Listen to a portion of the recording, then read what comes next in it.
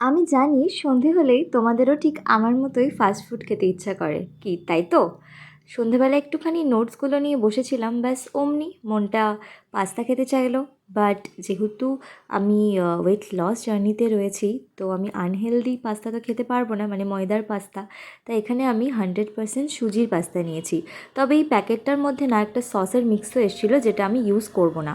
তো আমি কেমনভাবে পাস্তা বানাই ওয়েট লসের জন্য, সেটাই আজকে তোমাদের সাথে শেয়ার করব। চপ করে নিয়েছি, তারপরে আমি পাস্তাটাকে বয়েল করতে বসিয়ে দেবো।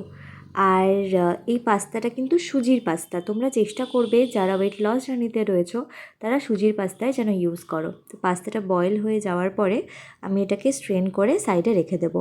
এদিকে একটা ডিম নিয়ে নিয়েছি। ডিম দিলে যেমন টেস্টটা ভালো লাগে, তার সাথে সাথে কিন্তু যে প্রোটিনের ইনটেকটা সেটাও হয়। আর এখানে আমি ডিম ভুর্জি করার পরে আর কোনো তেল অ্যাড করিনি। ওই প্যানের মধ্যেই আমি সমস্ত ভেজিটেবলগুলোকে দিয়ে দিয়েছি। আর তারপরে আমি তার মধ্যে হোমমেড একটা সস ইউজ করেছি।